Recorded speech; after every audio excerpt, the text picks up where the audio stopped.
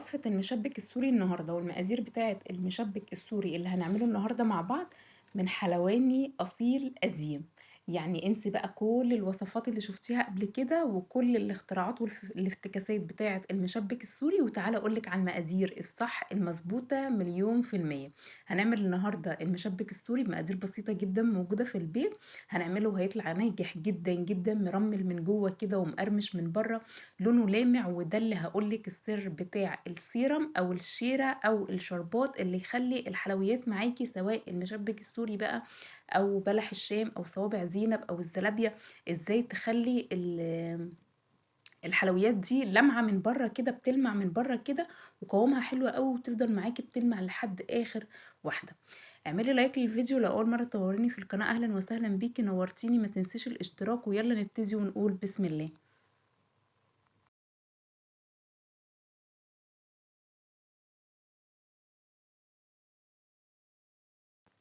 اول حاجه هبتدي اجهزها وهي الشربات او الشيره بتاع المشبك.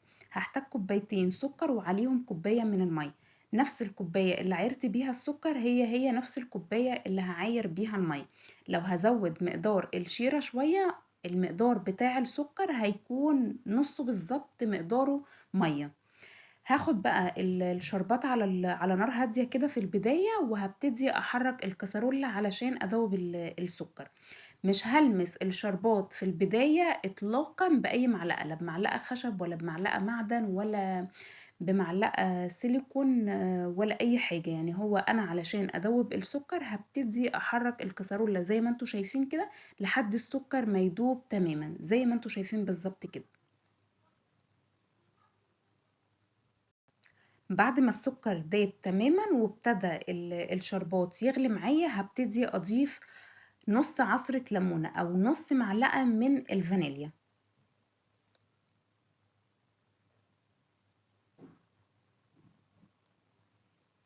المكون بقى اللي هيخلي المشبك بيلمع او اي حلويات بتلمع كده ولونها حلو زي الجاهزة بالظبط هو عسل الجلوكوز. هحتاج منه معلقتين بالظبط، وهخليهم يدوبوا تماما مع الشربات. هسيب بقى كل الخليط ده يغلي لمدة 5 دقايق بالظبط على النار، مش اكتر. انا مش عايزة الخليط ولا يتقل اكتر من كده ولا يكون خفيف اكتر من كده. يعني هو ده قوامه بالظبط اللي احنا محتاجينه. هصبه بقى في صينية كده وهخليه لحد ما يبرد تماما. هبتدي بقى اجهز العجينة بتاعة المشبك.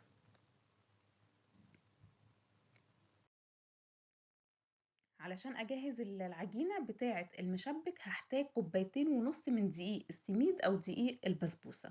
هضيف عليهم كوباية من الدقيق العادي ونص معلقة من البيكنج باودر ورشة الملح المعتادة بتاعة المعجنات. هقلب بقى كل المكونات الجافة دي مع بعض، وبعدين هبتدي اضيف عليهم نص كوباية من الزيت.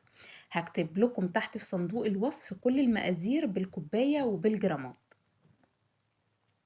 هبس بقى العجينة دي كويس جدا، يعني هغلف الدقيق بالزيت كويس جدا لحد ما تكون شبه الرمل كده شوية.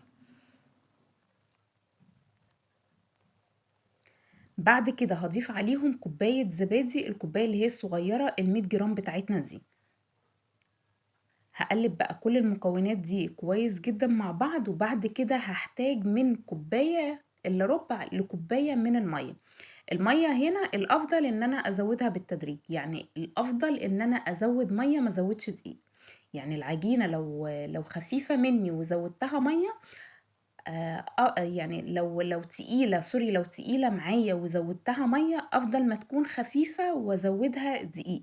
عشان كده بقولك من كوباية الا ربع لكوباية من المية. عجينة المشبك بتكون اخف من عجينة الكيكة في البداية وانا بعجنها، لكن لما بترتاح بتتقل شوية، يعني بتكون اتقل بقى من عجينة الكيكة.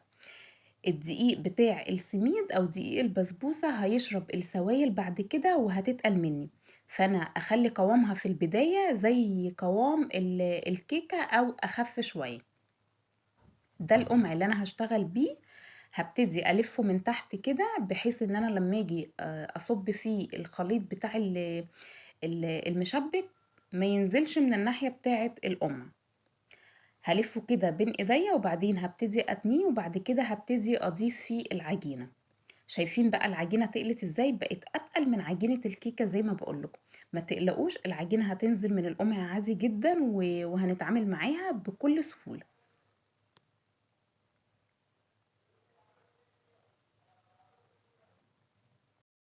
بصوا بقى، ركزوا معايا في الكام نقطة اللي جايين دول عشان دول اللي هيخلوكي تاخدي مشبك مستوي وطعمه حلو قوي.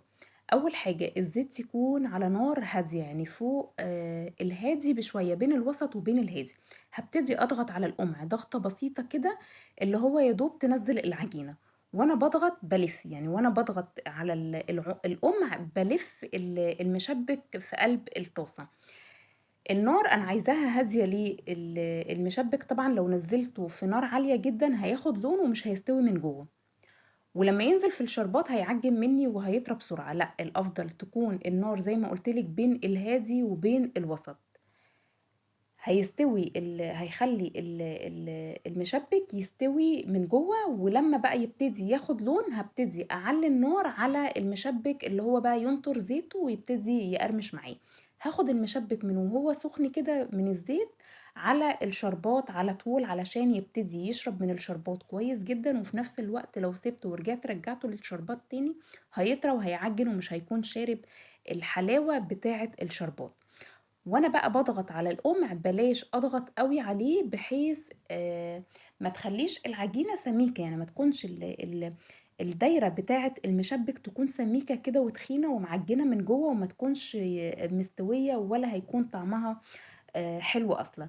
ولا كمان اخليها على الهوا كده اللي هو تبقى خفيفة كده ومقرمشة ومش حلوة.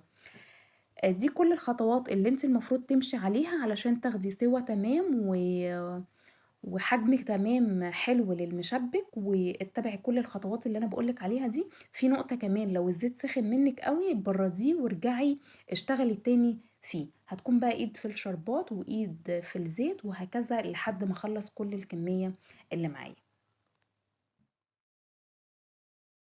بس كده خلصنا المشبك السوري بكل سهولة، مش بياخد وقت اطلاقا وطعمه حلو جدا جدا. يعني انا متأكدة ان انت من النهاردة هتدمني الوصفة دي وهتدمني عمايل المشبك السوري. طعمه حلو قوي، مزيج كده ما بين بلح الشام وصوابع زينب، طري من جوه ومقرمش من بره. طري من جوه كده تحسي ان انت بتاكلي بسبوسة او هريسة او بسيمة، من بره حاجة كده شبه صوابع الزينب، وهو مزيج من كل الأطعمة دي. ففي النهاية نتيجته حلوة جدا ومقرمش من بره من جوه مستوي حلو، علشان هدينا عليه النار وسويناه على نار هادية وبعد كده علينا النار، قرمش كده من بره واخد لون حلو قوي. السيرم مظبوط جدا ومقاديره مظبوطة جدا جدا. نصيحة مني، ما تستغنيش عن معلقة العسل بتاعة الجلوكوز، ما بتخليش السيرم او الشربات يسكر مني، وبتخلي الحلويات لونها لامع كده وحلوة قوي لحد اخر واحدة. جربيه وانا متأكدة ان هو هيعجبك، وهكتب لكم كل المقادير تحت في صندوق الوصف بالكوباية وبالجرامات. وطبعا لو اول مرة تنورني في القناة اهلا وسهلا بيكي، نورتيني. ما تنسوش الاشتراك وما تنسوش بقى اللايك الجميل ودعمكم الحلو ليا، واستنوني في حلويات كتير جدا حلوة سهلة بسيطة في رمضان. وكل سنة وانتم طيبين، واشوفكم على خير يا رب. باي باي.